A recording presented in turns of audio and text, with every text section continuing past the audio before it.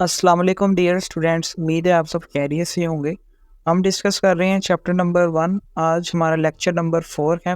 हम स्टडी करेंगे scientific notation. ये जो साइंटिफिक नोटेशन है ना, ये वैल्यूज़ को या नंबर्स को ना लिखने का एक तरीका है। हम मैथ में या फिजिक्स में कैलकुलेशंस करते हैं, वहाँ पे मुख्तलिफ वैल्यूज़ को यूज़ करते हैं, मुख्तलिफ नंबर्स को यूज़ करते हैं। तो उनको एक स्टैंडर्ड फॉर्म में लिखने का जो तरीका है वो है साइंटिफिक नोटेशन। तो यहाँ पे लिख रहा है, it is a short way of representing very large और वेरी स्मॉल नंबर्स। बाज़ औक़ात जो वैल्यूज़ होते हैं या नंबर्स होते हैं वो बहुत बड़े होते हैं या बहुत छोटे होते हैं। तो उनको एक स्टैंडर्ड फॉर्म में एक शॉर्ट वे में लिखने का जो तरीका है वो है साइंटिफिक नोटेशन। फॉर एग्ज़ाम्पल मैं यहाँ पे कुछ वैल्यूज़ लिख रहा हूँ। अगर आप इस वैल्यू को देखें तो ये बहुत ही स्मॉल वैल्यू है, और अगर आप इस वैल्यू को देखें तो ये बहुत ही बड़ी वैल्यू है। तो इनको एक स्टैंडर्ड वे में लिखने का तरीका है साइंटिफिक नोटेशन। नेक्स्ट वो कह रहा है कि अगर हम इस तरह की वैल्यूज़ को यूज़ करेंगे ना तो हमें कुछ इश्यूज आ सकते हैं। Writing otherwise the values of these quantities take up much space. एक तो ये जगह ज़्यादा यूज़ करेंगे जब हम इनको यूज़ करेंगे। They are difficult to read, इनको रीड करना मुश्किल है। Their relative sizes are difficult to visualise, हमें इनके साइज़ के बारे में पता लगाना मुश्किल होगा। And they are awkward to use in the calculations, जब हम इनको कैलकुलेशंस में यूज़ करेंगे तो वहाँ भी ये दिखने में भी अजीब लगेंगी। इसलिए ज़रूरी है कि हम इन वैल्यूज़ को साइंटिफिक नोटेशन का इस्तेमाल करके लिखें।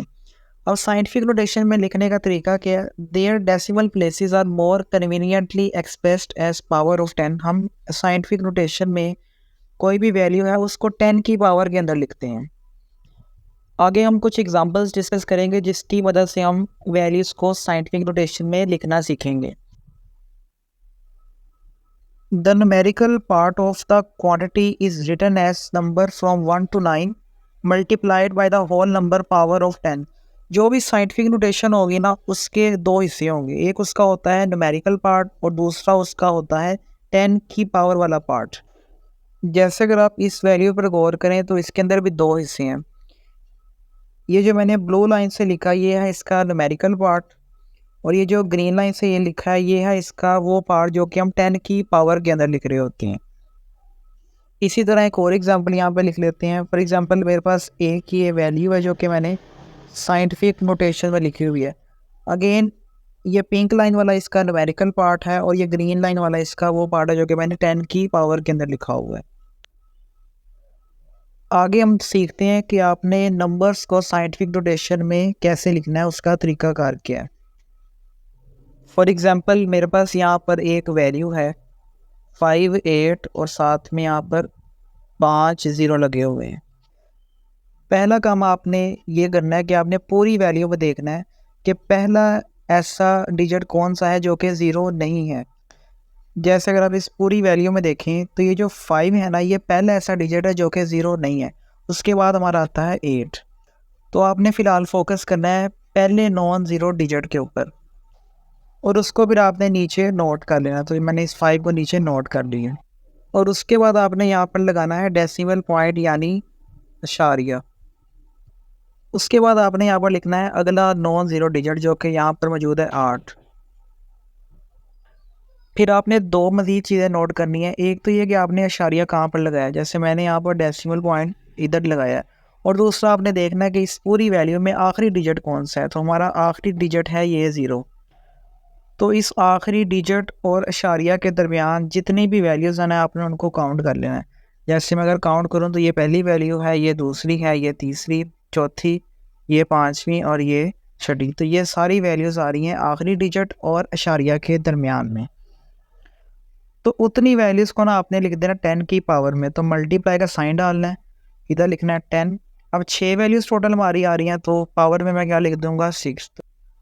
अब जो बुक में आपकी उसने बात लिखी है हम उसको रीड कर लेते हैं। To write the number using scientific notation move the decimal point until only one non zero digit remains on the left. जब भी आपने साइंटिफिक नोटेशन लिखनी है तो आपने इशारिया वहाँ पे लगाना है कि उस इशारिया से पहले सिर्फ एक नॉन ज़ीरो डिजिट हो। वो कोई भी हो सकता है, 1 हो सकता है, 2, 3, 4, 5, 6, 7, 8 या 9।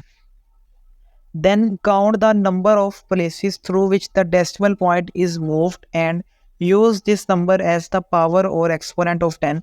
फिर आपने ये देखना है कि आपका लास्ट डिजिट कौन सा था और आपने इशारिया कहाँ लगाया। उनके दरमियान जितनी भी वैल्यूज़ बनेंगी उनको आपने उसकी पावर में लिख देना है 10 की। अब आपके यहाँ पे उसने पहली एग्जांपल ली है, उसमें ये वैल्यू यूज़ किया, हम इसको अब साइंटिफिक नोटेशन में लिख कर चेक करते हैं। ये पहली वैल्यू जो उसने एग्जांपल के तौर पे लिखी है, तो पहले हम ढूंढेंगे कि इसमें पहला नॉन ज़ीरो डिजिट कौन सा है, तो वो यहाँ पर मौजूद है 1। तो आपने इस 1 को यहाँ पे लिख लेना है और इस 1 के बाद आपने लगा देना है अशारिया।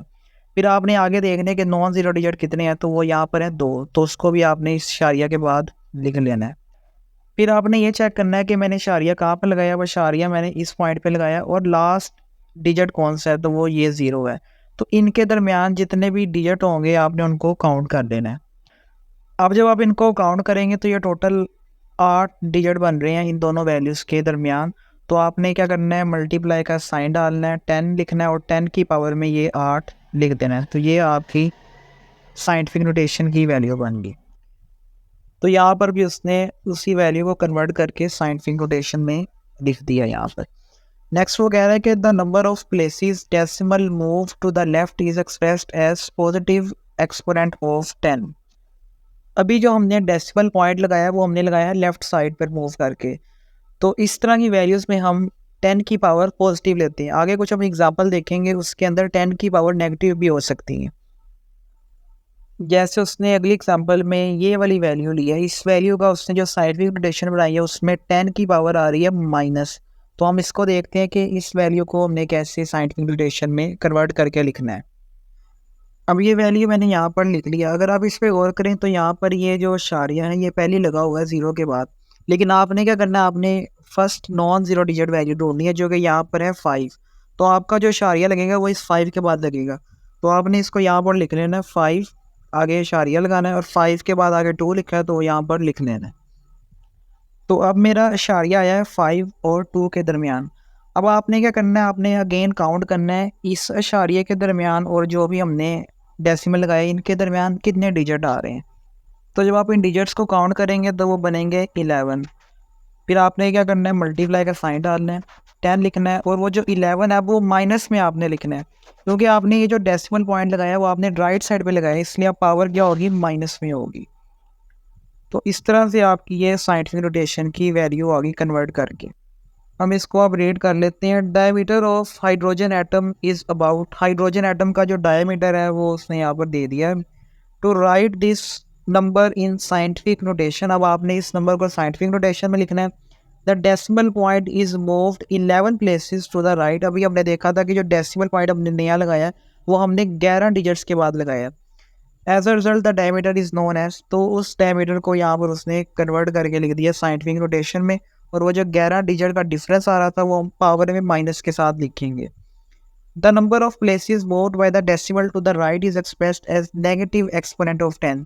तो जब भी हम डेसिमल को राइट साइड पे मूव करेंगे तो पावर हम माइनस पे लिखेंगे। अगर हम डेसिमल को लेफ्ट साइड पर मूव करेंगे जैसे हमने पिछली एग्जांपल्स में देखा है तो हम पावर 10 की प्लस में लिखेंगे।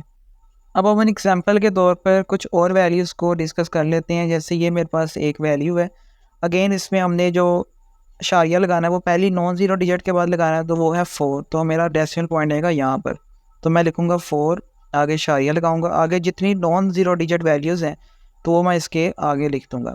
फिर मैंने क्या करना है कि लास्ट डिजिट देखना है और लास्ट डिजिट और इस इशारिया के दरमियान कितनी वैल्यूज़ आ रही हैं उसको मैंने 10 की पावर में लिख देना है। अगर मैं यहाँ पर काउंट करूँ तो 2 ये हो गई और 3 ये, 5 वैल्यूज़ टोटल आ रही हैं।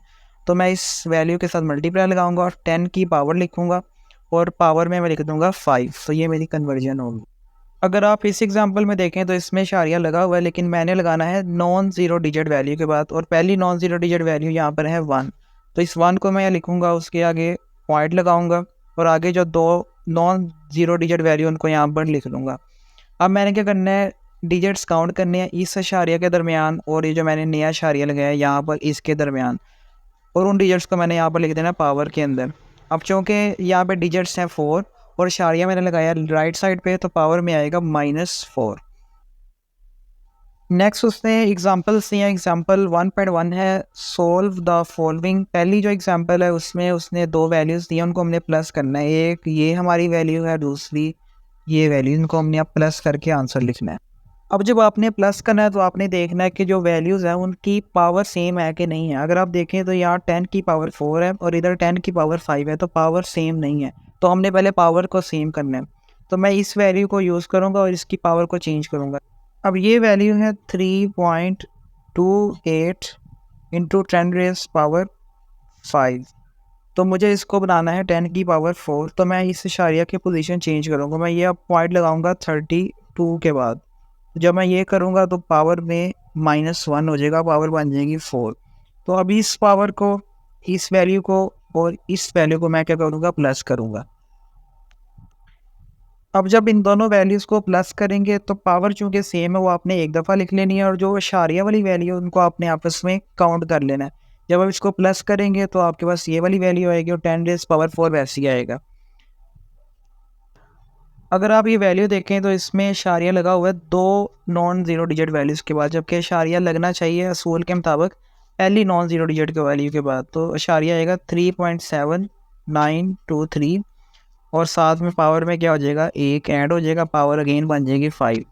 तो ये आपका फाइनल आंसर आ गया इस वैल्यू का। ये दूसरी एग्जांपल है। इस दूसरी एग्जांपल में एक हमारी ये वैल्यू है, दूसरी वैल्यू ये है। अब इनको हमने माइनस करना है। माइनस में भी वही रूल्स लगेंगे जो प्लस में देखे हैं। हमने पहले पावर को सेम करना है। यहाँ पर पावर सेम नहीं है, ये -3 है और ये है -2। तो हम -3 को पहले -2 बनाते हैं। तो इस वैल्यू को -2 बनाने के लिए मैं इशारिया को मज़ीद एक डिजिट पीछे ले आऊँगा।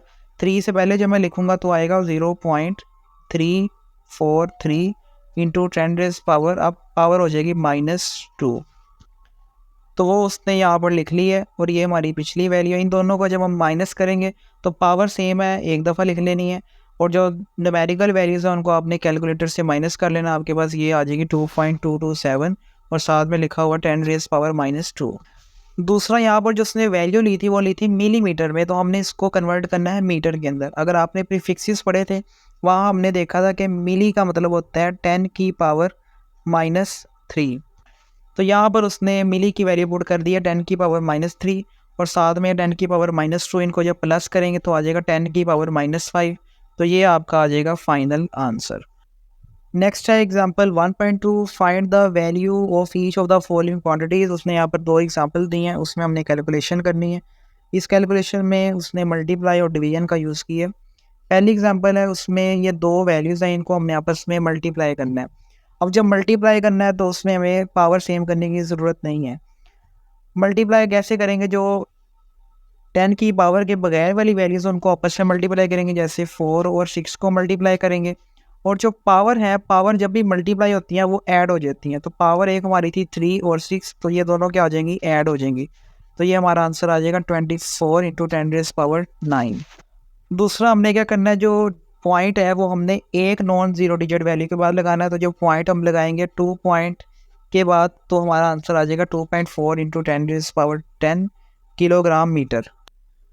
ये दूसरी एग्जांपल है। इस एग्जांपल में हम डिवाइड कर रहे हैं, तो बिल्कुल इसी तरह जैसे हमने मल्टीप्लाई किया, डिवाइड में भी जो वैल्यूज़ पावर के बगैर वाली उनको हम आपस में डिवाइड करेंगे। जैसे 6 और 2 को जब हम डिवाइड करेंगे तो आंसर आएगा 3। और जो पावर है जब वो डिवाइड होती हैं तो वो आपस में माइनस होती हैं। जब मैं इसको 10 की पावर 2 को ऊपर लेके जाऊँगा तो वो 6 में से हो जाएगी माइनस, और जब हम 6 में से 2 माइनस करेंगे तो आंसर आएगा 10 की पावर 4। और यहाँ पर उसने मीटर को भी कन्वर्ट किया। अब मीटर की पावर ऊपर है 3, नीचे है 2, तो 2 को ऊपर लेके जाएंगे वो 3 में से माइनस हो जाएगा, तो आंसर में आ जाएगा मीटर। तो ये आपकी कैलकुलेशन करके आंसर आ गया। उम्मीद है आपको ये लेक्चर समझ में आया होगा। अगर आपको वीडियो अच्छी लगी तो वीडियो को लाइक, शेयर और चैनल को सब्सक्राइब कीजिएगा। आपसे मुलाकात होगी नेक्स्ट लेक्चर में। अल्लाह हाफिज़।